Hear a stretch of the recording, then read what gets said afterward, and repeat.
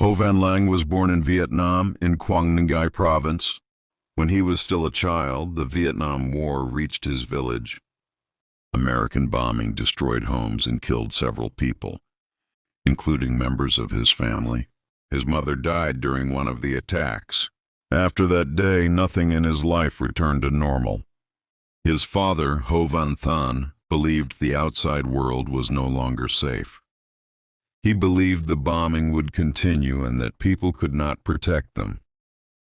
Instead of rebuilding or asking for help, he made a decision to leave. He took his young son and went into the forest to hide. At first, this was meant to be temporary. They expected to return when the danger ended. That never happened. They moved deep into the jungle, far from villages and roads. Ho Van Than built small shelters using wood and leaves. They lived above the ground in tree huts to avoid animals. They had no modern tools and no contact with anyone. Over time, their distance from people became permanent. Ho Van Lang grew up in the forest. He never went to school. He never learned to read or write. He did not know what year it was, and he did not know the war had ended. His entire world was limited to trees, animals, rain, and silence. His father taught him only what was needed to survive. They ate wild fruits, roots, honey, rats, snakes, and small animals. Fire was made using stones. Clothing was made from tree bark. Days passed without names. Weeks and years were not counted. Life was measured only by hunger, illness, and daylight. Ho Van Lang did not understand age. He did not know how old he was becoming. There were no mirrors, no calendars, and no outside information. His memory of village life slowly disappeared. Faces faded. Voices became unclear. This happened gradually, without any clear moment of loss. For more than 35 years, Ho Van Lang saw no other human being besides his father. Silence became normal. Conversation almost disappeared. His father spoke very little and believed leaving the forest would bring death. Ho Van Lang accepted this belief because he had no alternative. The forest was not a place to him. It was reality. When people later found him, they noticed he avoided eye contact and reacted slowly to speech. He was not aggressive, but he was uncomfortable around humans. He moved quietly and showed little emotion. These changes were not learned. They developed naturally from long-term isolation. Ho Van Lang did not choose this life. It was chosen for him when he was too young to understand it. By the time he became an adult, the forest was no longer hiding him. It had become his only known world while the rest of humanity moved on without him. Ho Van Lang's life in the forest continued without change for decades. Nothing marked the passing of time. Seasons came and went, but they were not counted. Rain meant shelter. Sun meant food. Everything else was unnecessary. His world stayed small and repeated itself every day. His father remained the only human presence in his life. Ho Van Than controlled where they lived, when they moved, and how far they traveled. He believed danger still existed outside the forest. He believed people would harm them. These ideas were never questioned. Ho Van Lang had no experience to compare them with. What his father said became truth. As years passed, Ho Van Than grew weaker. His body aged and his mental state became unstable. He talked to himself and avoided open areas. He became more fearful of imagined threats. Ho Van Lang took over more survival tasks. He hunted alone, gathered food alone, and repaired shelters alone. Even though they lived together, their communication became limited. Ho Van Lang learned everything through repetition. He learned which plants caused sickness and which provided food. He learned animal behavior by watching. He learned how to survive injuries without medicine. Pain was ignored unless it stopped movement. Illness was waited out. There was no help coming. The forest shaped his behavior. He stopped making unnecessary sounds. He walked without lifting his feet high. He slept lightly and woke quickly. His body adjusted to constant alertness. Fear did not come from animals. Fear came from unfamiliar sounds and open spaces. He had no concept of future planning. He did not imagine life changing. Each day existed only as itself. There were no goals. There was no idea of leaving. The forest was not comforting, but it was predictable. Predictability became safety. Over time, Ho Van Lang stopped thinking of himself as separate from his surroundings. Hunger, rain, heat, and darkness were not problems to solve. They were conditions to accept. His sense of identity became limited to actions: eat, move, rest, survive. Eventually, Ho Van Than died in the forest. Ho Van Lang did not know the exact year. Death was not dramatic. His father became weak, stopped moving, and then stopped breathing. Ho Van Lang buried him nearby using soil and leaves. There was no ceremony. No words were spoken. He remained alone. After his father's death, Ho Van Lang continued living the same way. His routine did not change. He did not search for people. He did not leave the forest. He did not understand that another life was possible. Isolation was complete. For several more years, Ho Van Lang lived entirely alone. No human voice, no contact, no interruption. The forest provided everything he knew how to need. Civilization no longer existed in his thinking. It had disappeared long before his father's death. When people eventually found him, he did not run. He did not attack. He watched. He did not understand their language clearly. He did not understand their purpose. To him, they were not rescuers. They were unfamiliar movement in a world that had not changed for decades. After many years alone, Ho Van Lang was discovered by local villagers in 2013. They had heard rumors that someone was living deep in the forest. When they finally found him, he was thin, quiet, and standing near a simple shelter made of wood and leaves. He did not try to hide. He did not try to escape. He observed them carefully without expression. The villagers recognized him as the son of Ho Van Than, who had disappeared decades earlier. Ho Van Lang did not react to hearing his name spoken by strangers. Language had faded for him. He understood some words, but responded slowly. His voice was weak from lack of use. The villagers contacted local authorities.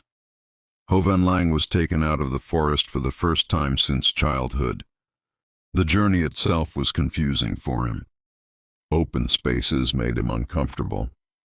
Roads had no meaning. Vehicles were loud and unpredictable. He stayed silent during the entire trip. When he arrived in a village, his behavior changed noticeably. He avoided eye contact and stayed close to walls. He did not sit on chairs unless guided. He did not understand common objects. Clothing felt heavy and restrictive. Artificial light disturbed him. At night, he had difficulty sleeping. Doctors examined him and found no major physical illness. His main condition was psychological. Long-term isolation had reduced his ability to communicate and adapt. He was not aggressive, but he showed signs of fear when surrounded by people. Crowds caused stress. Noise caused confusion. Ho Van Lang did not understand modern life. He did not recognize money. He did not understand mirrors or screens. He did not know what electricity was. Simple actions, like eating cooked food with utensils, had to be learned slowly. He preferred eating with his hands and sitting on the ground. Despite efforts to help him adjust, he struggled. The village environment was too busy. Too many people. Too many sounds. He often tried to leave his assigned living area.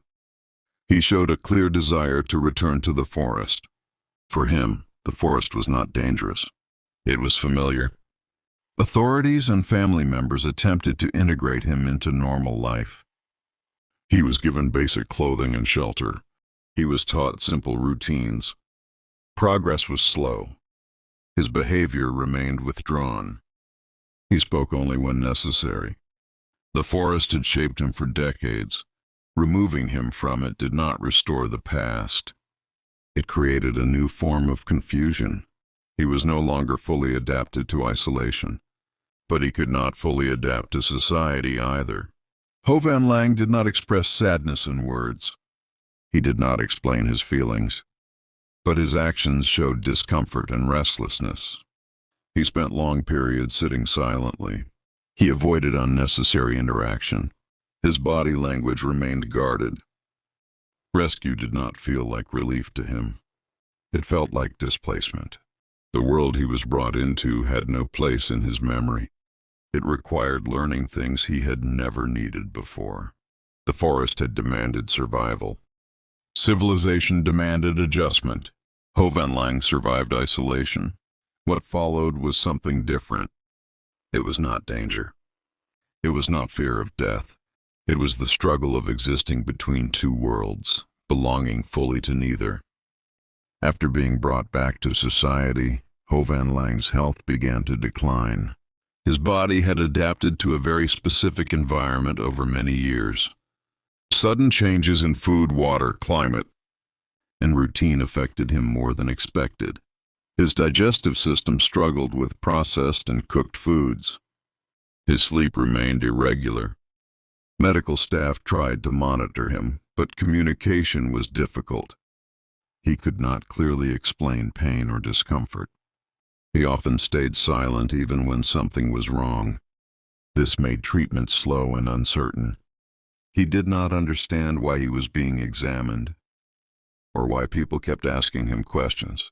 Ho Van Lang showed little interest in social interaction. He did not seek conversation. He did not ask questions about the world he had been brought into.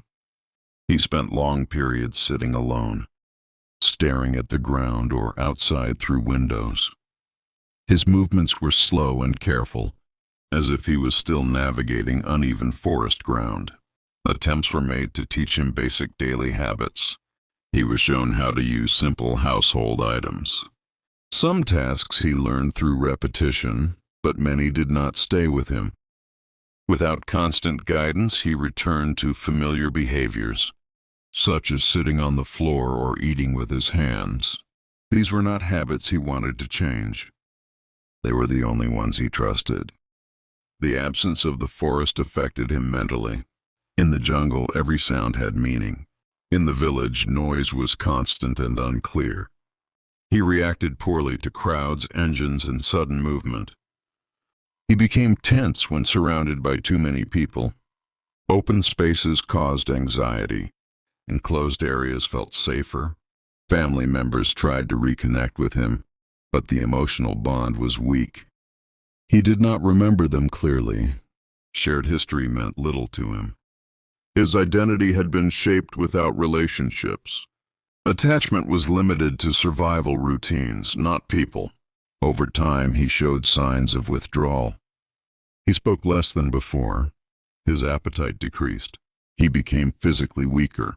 Doctors believed that long-term isolation, followed by sudden exposure to modern life, had caused irreversible stress.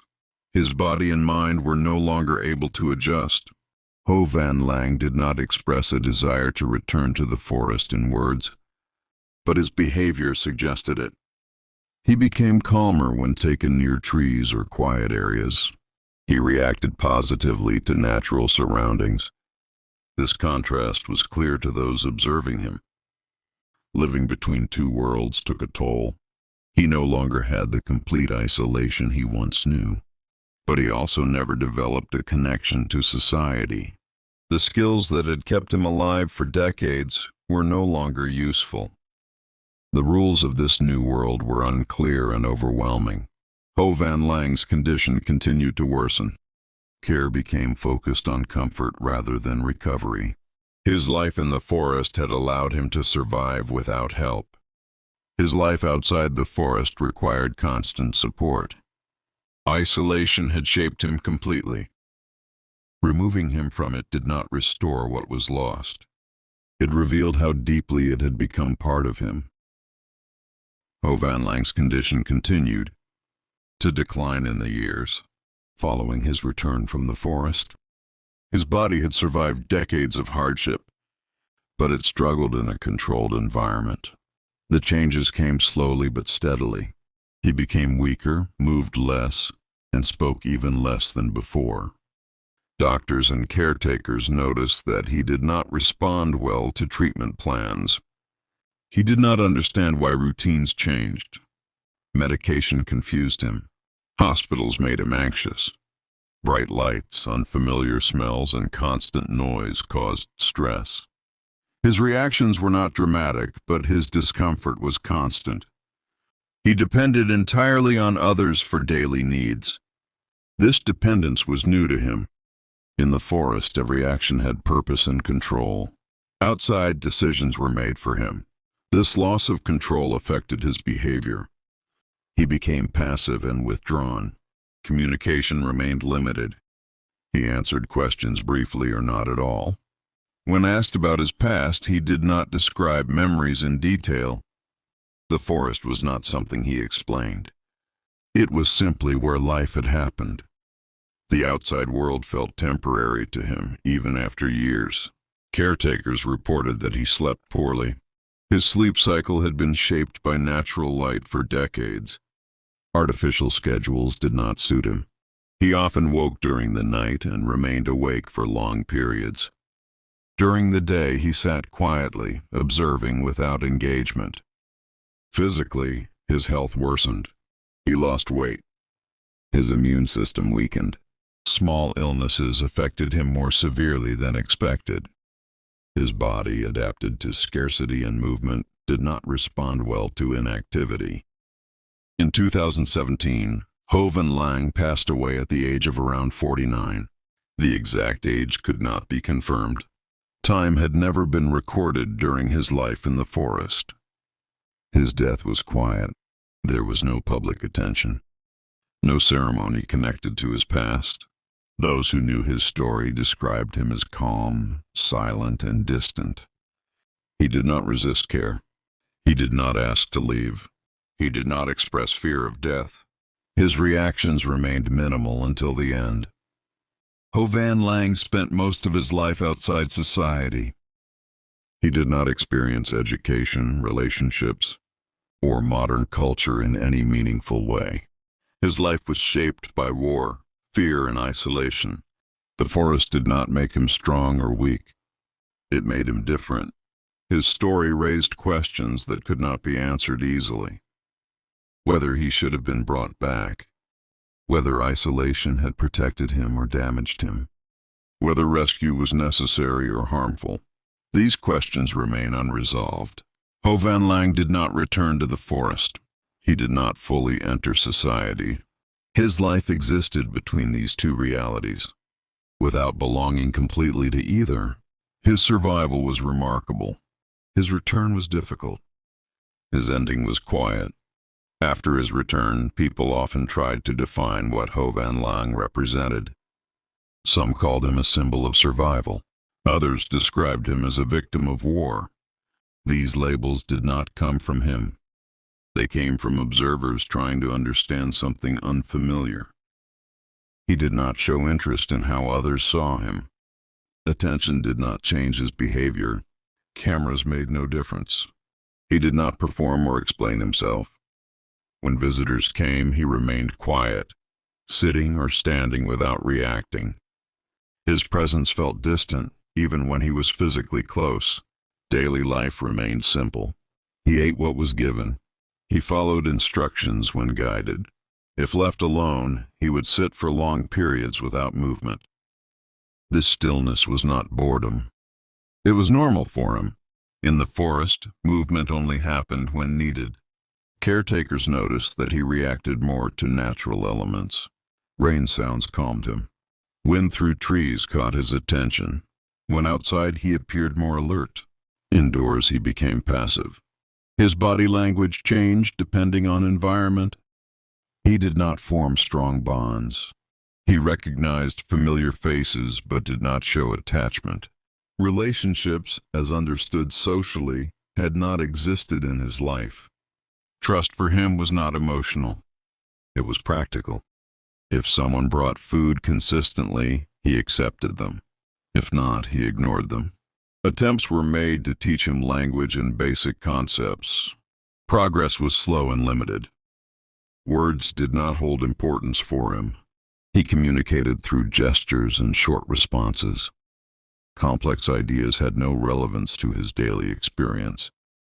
His past was rarely discussed by him. When asked about his father, he did not share stories. There was no visible emotional response. Loss had occurred too early, and survival had replaced memory. The forest years had erased the need for explanation. Experts suggested that his mind had adapted to isolation permanently. Human development depends on social interaction during early years. Without it, certain abilities never fully form.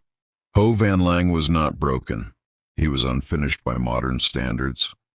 As time passed, public interest faded. New stories replaced his. Media attention moved on. Ho Van Lang remained, living quietly without recognition. His existence did not change. Only the observers did. His life continued without milestones. No achievements were marked. No goals were set. Days passed without difference. For him, time had never been measured. It simply moved forward. As his health weakened further, care became more focused on comfort rather than improvement. There was no clear path for integration into society. He could not live independently. He could not return to the forest. There were no alternatives. Those around him noticed that he showed no signs of frustration. There was no anger or resistance. His acceptance was not learned. It was natural. Life for him had never promised choice. Medical professionals struggled to evaluate him using standard measures. Psychological tests did not apply. Social benchmarks were irrelevant. He did not fit existing categories. His condition was unique, shaped by circumstances that could not be replicated. He spent most of his time sitting quietly. Sometimes he would look outside for long periods. His gaze was steady without expression.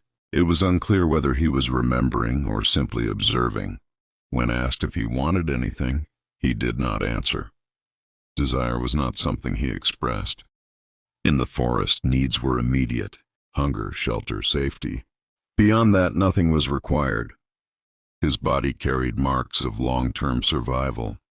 Scars, posture changes, and physical adaptations were visible. These were not injuries from violence. They were results of environment and repetition. As his strength declined, movement became minimal. He relied fully on assistance. Even then, he did not resist. His cooperation was quiet and consistent. When death came, it did not interrupt anything. There was no sudden change. His life had been steady for decades. The ending followed the same pattern. After his passing, discussions resumed briefly. Articles summarized his story. Videos repeated known facts. There was nothing new to add. His life had already been lived outside explanation. Ho Van Lang left no message, no statement, no lesson. His story did not teach how to survive or how to live. It showed what happens when a human life develops without society. He was not a myth. He was not a legend. He was a man who lived most of his life alone, and then died quietly among people who could never fully reach him. Ho Van Lang's story ended without resolution. There was no return to the forest and no full place in society. His life did not move toward understanding or closure. It simply stopped. After his death, the place he had lived became quiet again. There were no objects left behind that explained him.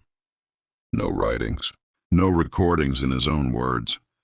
Everything known about him came from observation, not testimony. People continued to debate what his life meant. Some said he proved that humans can survive alone. Others said his story showed the damage caused by isolation.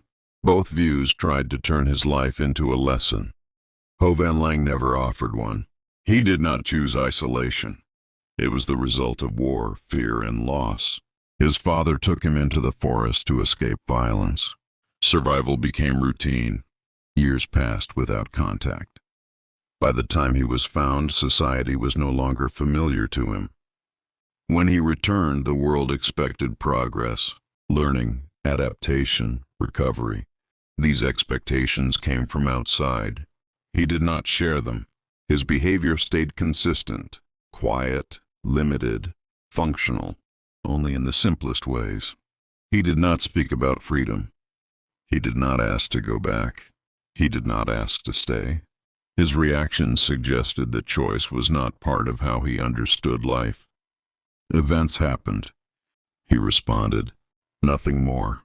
The forest had shaped his body and mind, not as a romantic place, but as a system with clear rules. Find food. Avoid danger. Rest. Repeat. Society offered complexity without purpose. From his perspective, too many sounds, too many instructions, too many people. Medical care kept him alive, but it could not restore what never developed. Language, relationships, ambition. These require early social contact. Without it, they remain limited. This was not failure. It was reality. After public attention faded, his existence continued quietly. No one was watching. No one was documenting. His life became ordinary in its stillness. Days passed without events. Time returned to how it had always been for him. His death did not shock those who cared for him. His health had been declining. His body had endured too much for too long. When it stopped, there was no struggle, no final statement. Afterward, his story remained incomplete. There were no answers to whether he should have been brought back, whether a different approach could have helped, whether isolation had been less harmful than transition. Ho Van Lang did not represent success or failure. He represented consequence, the result of circumstances that removed a human life from society and placed it somewhere else for long. His life cannot be repeated accurately. It belongs to a specific time, place, and sequence of events. Attempts to compare it to fiction miss the point. Nothing about it was designed. In the end, Ho Van Lang lived as he always had, quietly, without explanation, without intention to be remembered. The world observed him. He never observed the world back. That is where the story ends.